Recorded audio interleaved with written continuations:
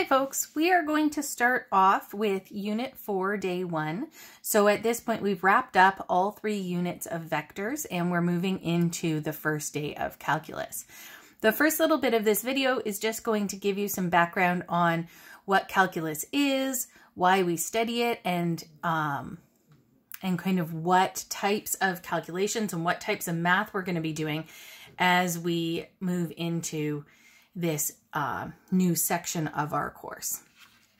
So calculus ties a lot more into what you would have done in grade 11 and in advanced functions when you are dealing with graphing, equations of functions, and in particular what you would have done a bunch of in advanced functions with finding that in estimating your instantaneous rate of change.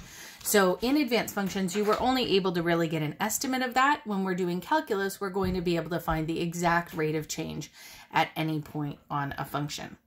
So the 2 main things that calculus does is to be able to find areas, areas under a curve, or extending this a little bit to be able to find volume in 3 dimensions.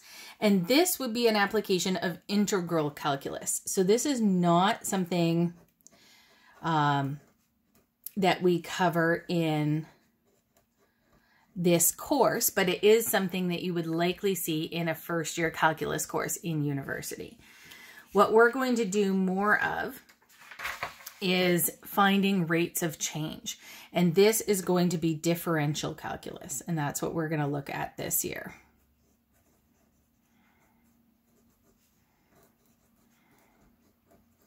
So all of these tangent lines that you see drawn in, where you would have last year in advanced functions, you would have been estimating the rates of change there with those very small intervals for x, like using, say, at this 20 mark, you maybe would have done f at 20.001 minus f at 20 over 0.001. That was just an estimate. It was actually still using 2 points to find the slope, but you were putting your points so very close to each other. What we're going to do in calculus is to actually be able to find the instantaneous rate of change at any point, and more than that, we're going to be able to find the rate of change of an entire function and find an expression for that rate of change. So what we have done kind of all along, doing geometry, doing algebra, you have been finding shapes and equations that have exact solutions. And that tends to be because they're really staying the same. Like if you graph a parabola, that parabola is going to be the same exact shape with that equation every single time. What calculus starts to look at and extends our understanding of functions into a lot of things with real-world applications. And the big thing about real-world applications is that there's a lot more variables and those things are usually changing. So calculus at its heart is really going to be a study of change, how different relationships are changing over time, how different functions are changing as you look at different points on that function, and how things interact and how a change in one variable can affect the other pieces of that relationship. So calculus is going to allow us to model things in the real world. So being able to create models, this will be used a ton in engineering, looking at changes in pressures and in forces, and things like changes in the weather. Calculus would be used to do like meteorological modeling, things like that. So any kind of real life situation that has variables interacting and changing with each other, the study of calculus is going to help model that and bring kind of some mathematical clarity to any of those types of situations. We're going to be looking at a very kind of introductory look at something called differential equations this year. Anybody studying math in university is going to get into much more complex differential equations, but basically calculus is going to deal with equations that relate the function itself to the rate of change of the function. So we're finding relationships between a function and its rate of change. Now in this course, we're only going to find equations that have a very simple relationship, but sometimes those relationships can be really quite complex depending on how the variables involved are changing. So just some kind of like real life applications, anybody going into like any kind, like fluid mechanics, any kind of engineering, weather stuff, even like medical fields, imaging and disease progression for sure would need to be able to understand the study of calculus. So again, just some kind of uses. This is going to be a big part of our course, finding maximums and minimums. So that would come into play even in fields that don't seem so particularly mathematical, but in finance and in economics. So being able to maximize profits and minimize costs based on different things that are changing within a business model. So again, calculus is going to be the study of anything that's changing and variables that are interrelated with each other. So getting into a little bit of math, vectors was kind of a fresh start. The first 3 units of this course were not super related to the math that you've done in the previous years. Really, if you started fresh with vectors, one of the only things that we kind of used from previous courses was like a kind of rudimentary knowledge of algebra, being able to manipulate equations like grade 9 and 10 level, and our basic trig like sine law, cosine law, and SOHCAHTOA. And then you could do everything in vectors without a real strong understanding of, say, all of the graphing and equations and more higher level trig and logs and exponentials that you would have done last year. That's not the case anymore. In calculus, we're going to be drawing on everything you've ever learned in math. In particular, we will be leaning heavily on a lot of what you did in the grade 11U and in the MHF course. So if there's something that you struggled with in those courses, I want to make sure that you let me know if you need some help to find some review sources. Remember that the CEMC is a really good source of information. I can also get you access to the MHF outlines with videos from Miss Griffith and Miss Bester, who taught that last year. So if there's things that you're fuzzy on, you really are going to need to spend some time brushing up for sure.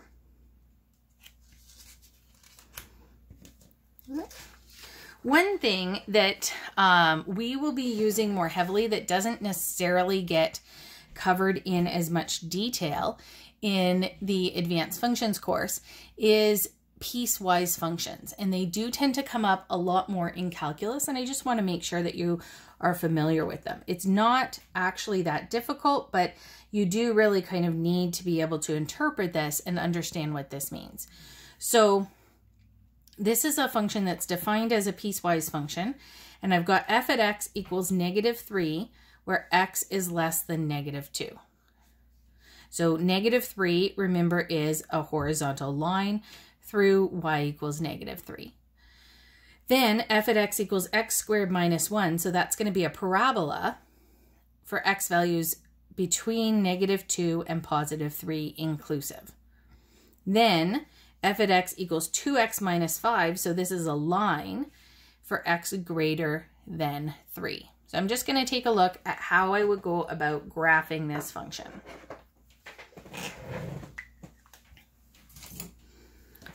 So first, setting up my axis. Remember, when you're graphing anything in this course, if you are using a scale of 1, I don't need you to label like the numbers going across, but you do, if you've changed that scale at all, then I definitely do need you to label what your change in your scale has been.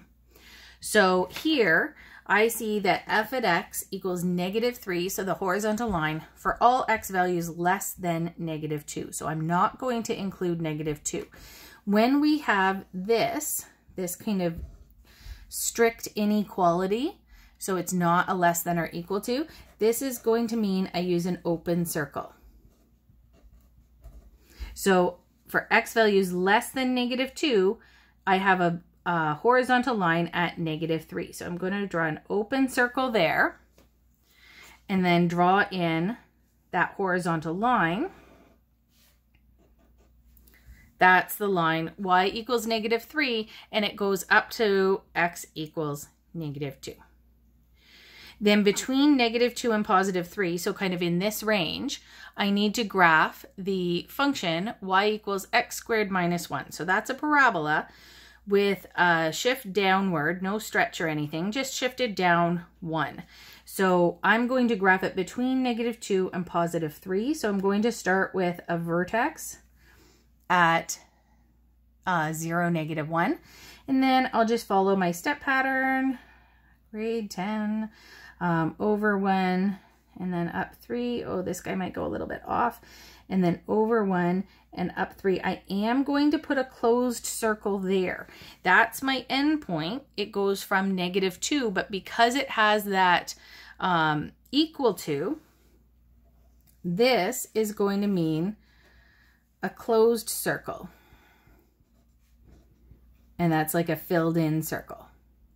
So if it's just a less than, or a greater than, you do an open circle like a dot that's not filled in. And if it's an equal to, you do a filled in dot. And I have to go up to +3. So I'm actually going to go a wee little bit off of my graph here. And I'm going to do a closed circle for that endpoint too. So I'll draw this parabola in like that. And then the next one, the next piece is y equals 2x minus 5. So this is a line, and I'm just going to use pencil for kind of this first part because I know that I've got a slope of 2 and a y-intercept of -5, but I don't actually want to graph it until I get past x equals 3. So you could, so I'm going to kind of say like, this is not going to be graphed as part of this, but I'm just kind of showing my slope like that. So I'm putting those points in, as you can see that this would be the line, y equals 2x minus 5, but I don't want to start until I get to an x value of 3. And even then it's going to be an open circle, but that's where that would go. So I'm going to put my open circle there, and I'll just go back and erase those little dots that I had put in. You could alternately just sub in a 3 in there, which would give us a y value of 1, which is that point there, and then follow along with a slope of +2. And then I'll draw my line, and I do have an arrow on the end because that line would continue off for forever. So this function, and it is a function, because we could vertical line test this. And this function has these 3 pieces. That's why it's called piecewise functions. So you just have to graph each little bit of the graph. And these are all going to be pretty straightforward versions. You might get like a square root or something, one of the functions that you did in grade 11, but nothing too tricky in here. And you will just have to graph each one. The real thing that you have to pay attention to is where is there an open circle and where is there a closed circle, and can you put the right boundaries on your graph. Okay. The other thing that you could have to do here is come up with the equation of a function. So this has a graph, but we don't have the equation. So this is a graph g at x. So I'm going to say g at x equals, and set up this kind of big bracket that I'm going to be able to list out my 3 pieces. You could have more than 3 pieces for sure. Just in this one, we see that clearly that there's 3 pieces of this graph. So I see that it does include the origin there, and just kind of by inspection, this is a line that goes through the origin and it has a slope of -1.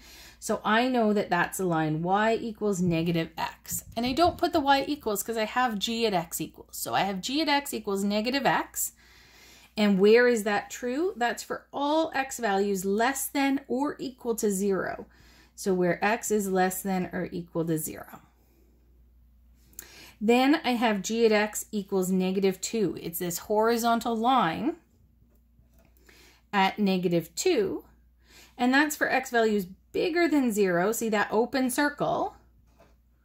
So x is bigger than 0, but it goes up to and includes x equals 4. So I'd say x is less than or equal to 4. And then the last one, this looks like a square root function, right? It's kind of like a tipped over parabola. So we've got up 1 over 1, up 1 over 3. For sure, this looks like the square root function, but it has a horizontal shift 4 to the right. So I would say that that is the square root of x minus 4. Remember, you put in the opposite sign for the horizontal shift. And this is true for all x values greater than 4. Not equal to, because I have that open circle. So that's everything. I will link some kind of information about calculus videos that I like to show when we are in a normal class time. There's some kind of interesting background on calculus and a little bit more information about what the different applications of calculus are and why you might want to learn it. Those are, of course, optional though. You guys will be completing the work on the Unit 4 outline for day 1.